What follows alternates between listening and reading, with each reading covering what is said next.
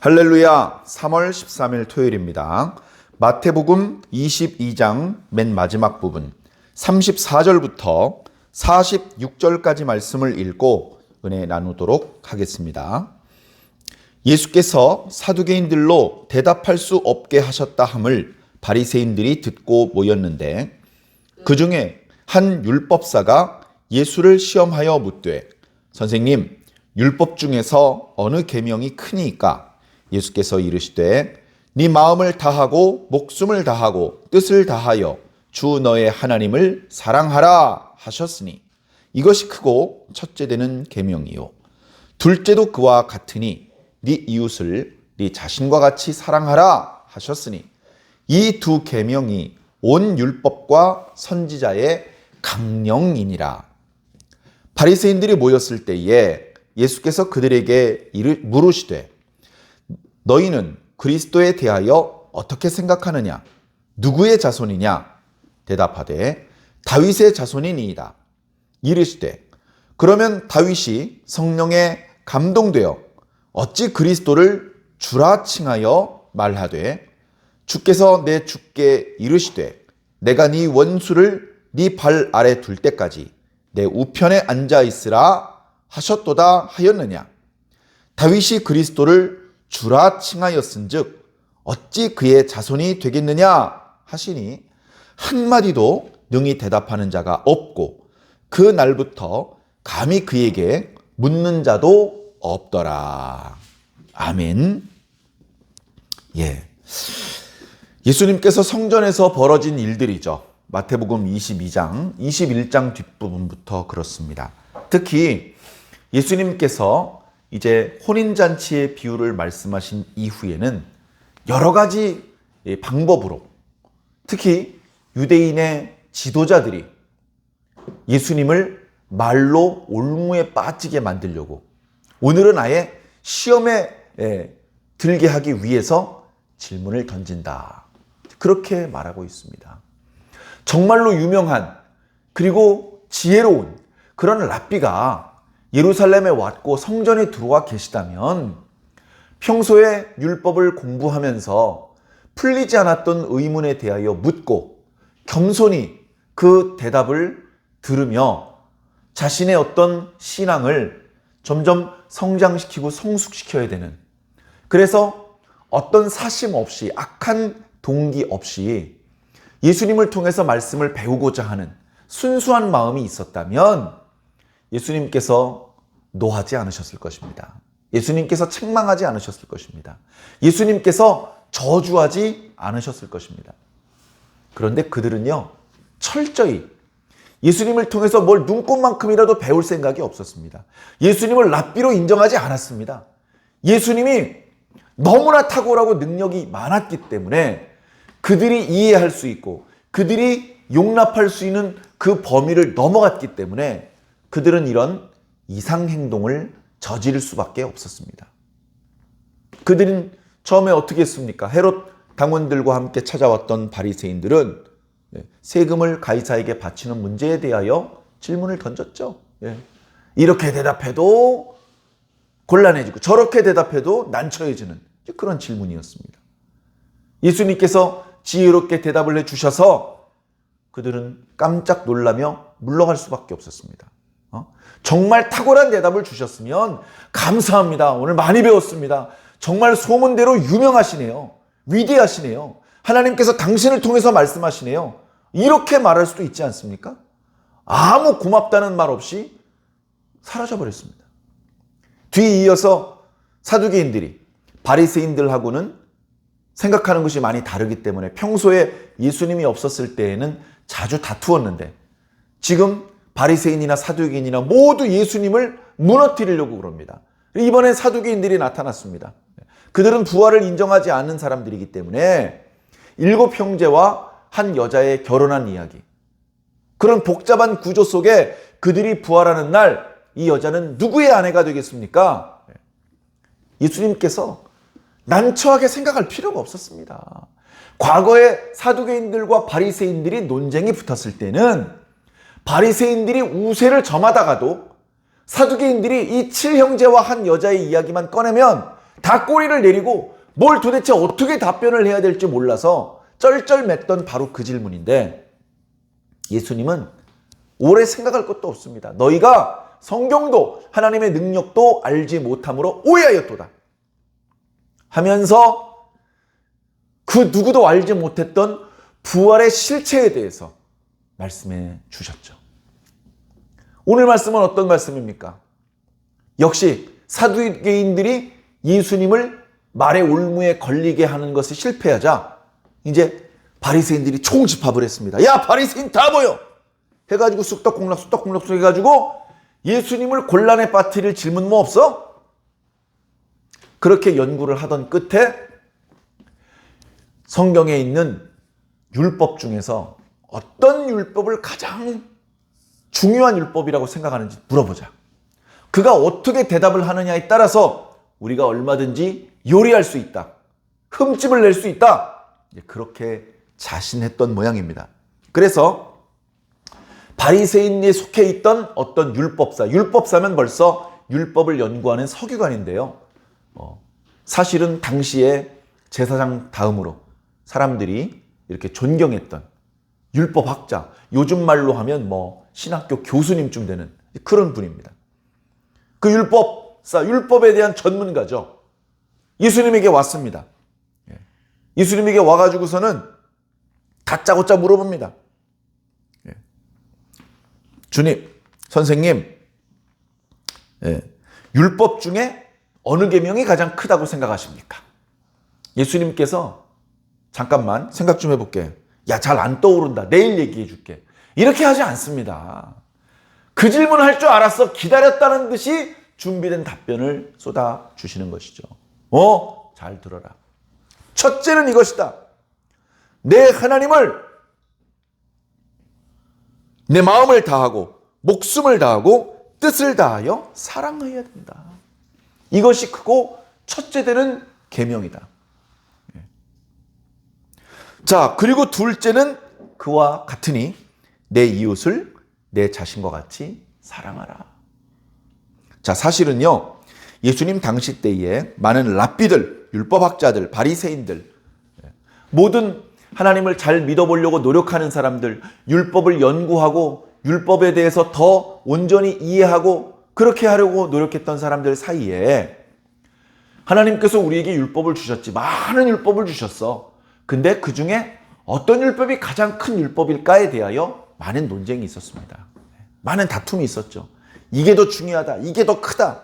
그런 율법이 논쟁이 있었습니다. 틀림없이 제사장들은 제사의 율법이 가장 중요한 율법이라고 했을 거예요. 보나마나 뻔합니다. 자, 그런데 예수님의 답변은 신명기 6장 5절의 말씀. 마음을 다하고 목숨을 다하고 뜻을 다하여 내 주 하나님 여호와를 사랑하라. 하나님의 계명을 지키고 제물을 바치고 안식일을 지키고 그 이전에 그런 것들을 하기 전에 그 밑바탕에 뭐야? 하나님을 사랑하는 마음으로 안식일도 지키는 거고 하나님을 사랑하는 마음으로 제사도 드리는 거고 하나님을 사랑하는 마음으로 그렇게 사는 겁니다. 그게 기본인 것이죠. 그게 가장 크고 첫째 되는 계명이다. 그리고 둘째는 이 첫째 되는 계명과 거의 동급이다. 이 두 가지가 다 중요하다. 두 번째 계명은 레위기 19장 18절 말씀을 그대로 인용해서 말씀해 주신 것입니다. 네 이웃을 네 자신과 같이 사랑하라. 이웃을 사랑하는 마음으로 살인하지 않는 겁니다. 이웃을 사랑하는 마음으로 그 물건을 탐하지 않는 겁니다. 이웃을 사랑하는 마음으로 거짓 증언하지 않는 것입니다. 그러면서 40절에 이 두 계명이 온 율법과 선지자의 강령이다. 율법과 선지자는요, 구약 성경을 말합니다. 오늘날은 우리가 그것을 구약 성경이라고 말하잖아요. 예수님 당시 때는 그것을 구약 성경이라고 말하지 않았어요. 그것을 율법과 선지자다라고 말했습니다. 구약 성경을 통칭하는 표현이에요. 실제로 구약 성경에 모세오경이 맨 앞에 나오죠. 거기에 율법 600여 가지가 들어있습니다. 그리고 그 뒤에 이어지는 여호수아 이후의 말씀은 대부분 선지자의 글입니다. 예? 선지자의 글 말고도 많은데요? 예? 뭐가 있습니까? 별로 없어요. 왜냐하면 유대인들의 관점에서는요, 사무엘도 선지자고요, 여호수아도 선지자예요. 그러니까 여호수아도 선지서, 사무엘서도 선지서, 사무엘상, 사무엘하는 당연히 선지서. 그죠? 열왕기상, 역대상, 이게 그 선지자들의 글에 속하는 겁니다. 그 이사야서 그 뒤에 4대 선지서와 12소 선지서는 당연히 선지서고요. 그래서 전기 예언서, 후기 예언서, 이렇게 이제 표현이 되곤 했습니다. 그리고 그 이외에도 이제 역사서라든가 성문서, 성문서라는 건 거룩한 문서란 뜻으로서 뭐 시편이라든가 욥기, 잠언, 전도, 아가, 이런 성경도 있는데요. 그건 일부고, 그런 성문서의 권위는 선지서만도 못하고 선지서보다는 모세오경의 권위가 더 크기 때문에 구약성경 전체를 아울러서 유대인들은 율법과 선지자라고 그렇게 표현을 했던 것입니다. 자, 율법과 선지자, 구약성경의 그 많은 방대한 내용은 전부 다 어디서 나왔느냐? 이 두 계명에서 나왔다는 겁니다. 구약성경의 그 모든 내용들을 떠받치는 두 기둥이 바로 하나님을 사랑하라와 내 이웃을 사랑하라는 이 두 계명에서 나왔다. 그러니까 구약성경을 읽더라도, 율법을 공부하면서 율법을 지키는 생활을 하더라도 뭐가 뼈대를 이루는 말씀인지 알아야 됩니다. 제가 종종 그런 말씀을 드렸죠. 구약성경에 600여 가지나 되는 율법이 있다. 그 수없이 많은 율법을 요약하면 10계명이다. 아무도 이의를 제기할 수 없을 것입니다. 10계명은 1계명부터 4계명까지 하나님께 대한 계명과 5계명부터 10계명까지 사람들과의 사이에서 지켜야 되는 계명으로 구별해 볼 수 있는데요. 그 10계명을 요약을 하면 하나님을 사랑하라와 이웃을 사랑하라는 말씀으로 요약할 수 있는 것입니다.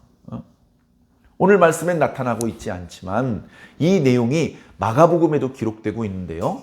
마가복음에서는 예수님에게 질문을 했던 율법사가 예수님의 답을 딱 듣더니 옳습니다. 당신의 말씀은 참으로 옳으신 하나님의 말씀이십니다로 인정을 해줬어요.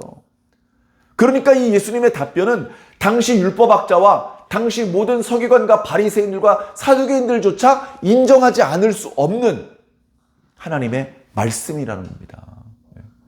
제가 한 가지 더 말씀드렸죠. 모든 율법을 요약을 하면 오늘 본문에 있는 하나님을 사랑하라와 이웃을 사랑하라는 말씀으로 요약되는데, 이 둘을 또 한 번 요약을 하면 뭐가 되느냐? 하나님께서 거룩하신 것처럼 너희도 거룩하라 라는 말씀으로 또 한 번 요약해 볼 수 있는 것입니다. 그러니까 거룩은요, 막 이렇게 하얗게 분칠하는 게 거룩이 아니고요, 사랑하는 마음이 거룩한 마음입니다. 진심으로 사랑하는 마음. 아무것도 사랑할 수 없는 사람은 정말 불쌍한 사람입니다. 사실은 인간이 아닙니다. 사람은 사랑하는 존재이기 때문에 사람이라고 이름을 붙일 수 있는 것입니다. 자, 바리새인들이 또 모였습니다. 야, 그 질문으로도 안 됐어? 아, 이거 어떡하지? 저 예수라는 사람을 반드시 거꾸로 틀어야 되는데 뭐 좀 좋은 아이디어 없어? 하면서 서로 의견을 주거니 받거니 하고 있을 때 예수님께서 그 사이에 들어왔습니다. 너희들 무슨 얘기하니? 깜짝 놀랐습니다. 너희들 다 율법에 대해서 잘 알지? 이번엔 내가 한번 물어보자 해가지고 이번엔 예수님께서 질문을 했는데, 예수님께서 질문하신 내용은 이렇습니다. 너희들 그리스도에 대해서 어떻게 생각하니? 그리스도에 대해서 다들 관심이 많지? 그 그리스도에 대해서 너희들은 어떻게 생각하니? 누구의 자손이니? 그랬더니 다윗의 자손이죠. 맞아, 다윗의 자손이야. 그럼 다윗의 자손이고 말고 여기서 저기서 바리새인들이 다 그리스도는 다윗의 자손이라고 이야기를 합니다. 실제로 예수님을 향해서 다윗의 자손이여 나를 불쌍히 여기소서 라고 외치는 사람들이 많았고, 그렇게 외칠 때 그들에 대하여 표현이 틀렸어 이렇게 하지 않으셨습니다. 예수님께서는 과연 다윗의 자손으로 오셨죠. 그래서 마태복음 1장에는 예수님의 계보를 보여주시면서 구약성경에 다윗의 자손이라는 형태로 메시아가 오신다는 예언의 말씀이 많이 나타나고 있는데, 이 예수가 바로 다윗의 자손이다라고 족보를 제시하면서 예수님이야말로 참된 메시아라는 것을 이제 증명해 보이려고 했었잖아요. 자, 그런데 오늘은 예수님께서 조금 다르게 말씀하십니다. 그래? 그리스도가 다윗의 자손이라고?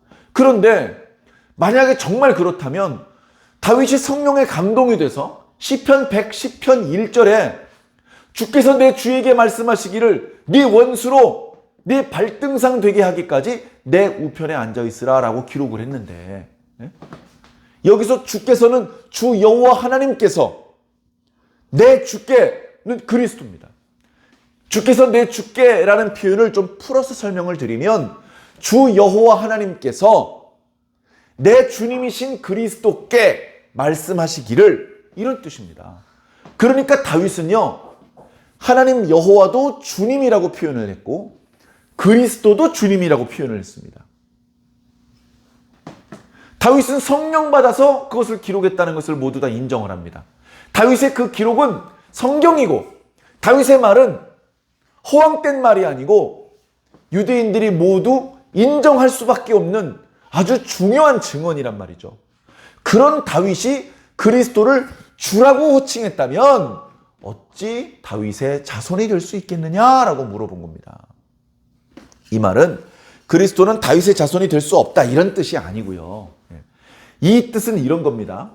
사람들이 그리스도를 다윗의 자손이라고 믿고 기다리고 있어요. 그것은 다윗의 가문이 대대로 왕이었잖아요.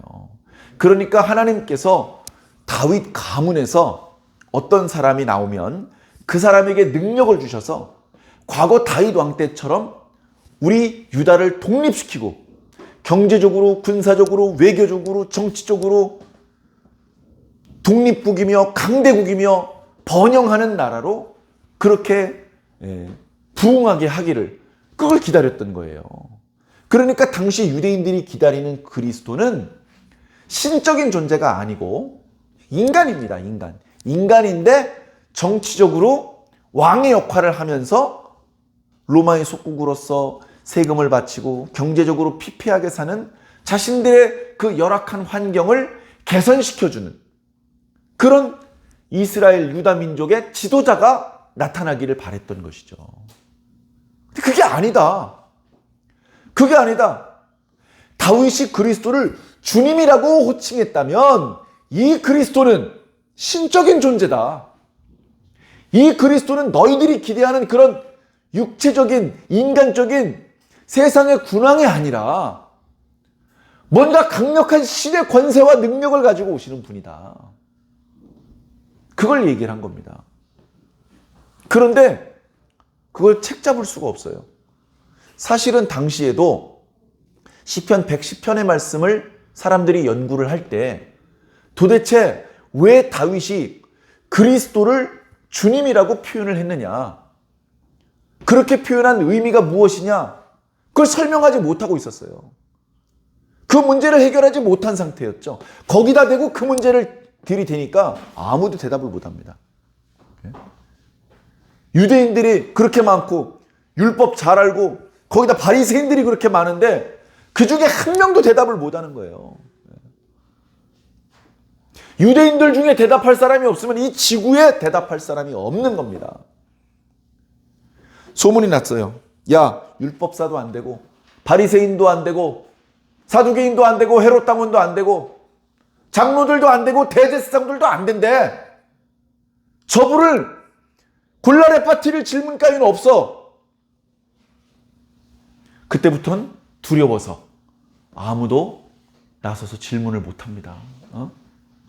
어려운 질문을 던져서 아주 곤란에 빠뜨리려고 했는데 아무도 시도도 못합니다. 그러니까 23장부터는 그들의 질문을 기다리지 않으시고 예수님께서 그들을 향한 저주를, 화 있을진저 너희 외식하는 서기관과 바리새인들이여 하면서 주님의 분노가 그들을 향한 저주의 모습으로 쏟아져 나옵니다. 어떻게 보면 안타깝죠. 그들이 그렇게 예수님께 저주를 받지 않고 야, 어려운 여건 속에 애쓴다. 너희들이 있어서 내가 사역을 하기 참 좋구나. 너희들이 나의 말을 믿어주고 나를 지지해 주어서 정말 고맙다. 이런 말을 들었으면 정말 좋았겠지만 어찌된 일인지 예수님을 따르는 사람들 중에는 바리새인들과 사두개인들이 없습니다.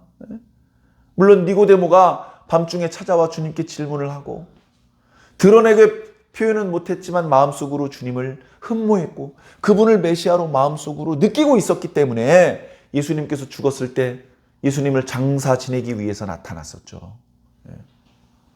그런 용감한 사람들이 소수 있었지만 대부분의 유대인들은, 대부분의 바리새인들과 서기관들은 예수님을 죽이고 싶을 정도로 미워했습니다. 얼마나 영적으로 무감각했으면, 까막눈이었으면 그랬습니까? 사랑하는 성도 여러분, 과거 하나님을 열심히 믿는다고 하던 바리새인들과 사두개인들은 예수님께 크게 책망을 받았습니다. 예수님을 온전히 알아보지 못했고 그 말씀의 뜻을 온전히 헤아리지 못했습니다. 자주 드리는 말씀이지만 오늘 우리들이라고 방심할 수 없습니다. 우리는 예수님의 말씀을 다 이해합니까? 다 압니까? 예수님 다시 오실 때 우리 중에 한 명도 예외가 없이 예수님을 알아보고 예수님을 온전히 영접할까요? 그렇다면 예수님께서 왜 인자 올 때의 세상에서 믿음 가진 자를 보겠느냐라고 말씀하셨습니까? 왜 성경에 구원받는 자의 수가 희소하다, 어린아이들도 셀 수 있는 정도의 수다, 그렇게 표현하셨습니까? 왜 사도 바울은 이 믿음은 모든 자의 것이 아니라고 표현했습니까?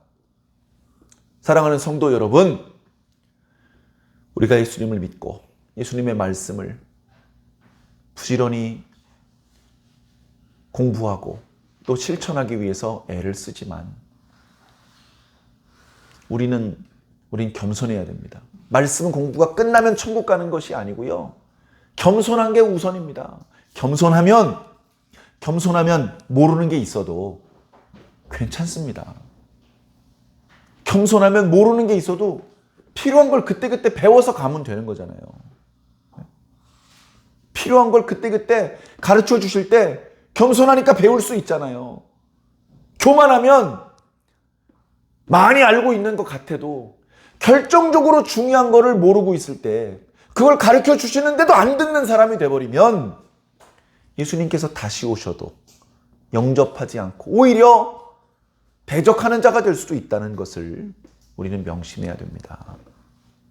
사랑하는 성도 여러분, 늘 겸손하시고 오늘 말씀에 있는 것처럼 우리가 할 수 있는 최선은 지식적인 완성을 추구하는 것이 아니라 그저 하나님을 사랑하는 것. 여러분, 하나님 사랑하시죠? 하나님 완벽하게 사랑한다고 말할 수는 없지만 사랑하는 마음이 우리 모두에게 마음속에 있습니다.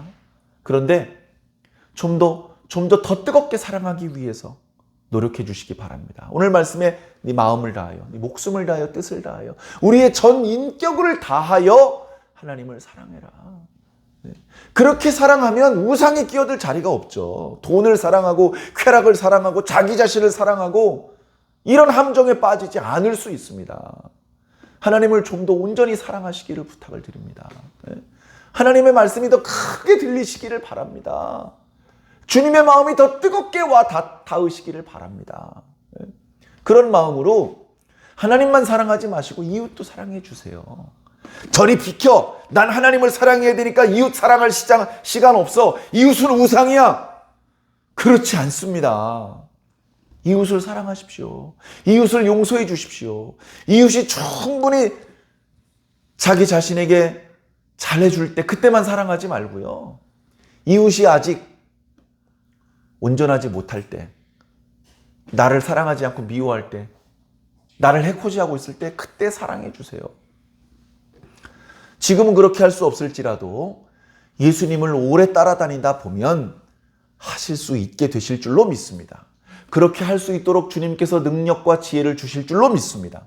그렇게 우리가 하나님과 예수님을 온전히 믿고 사랑하고 또 이웃들을 나 자신처럼 사랑하게 될 때에 하나님께서 영광을 받으시고 하나님의 뜻이 이 땅에 이루어지시며 우리가 하나님 나라 백성이 될 줄로 믿습니다. 꼭 그렇게 살아주시기를 주님 이름으로 간절히 축원합니다.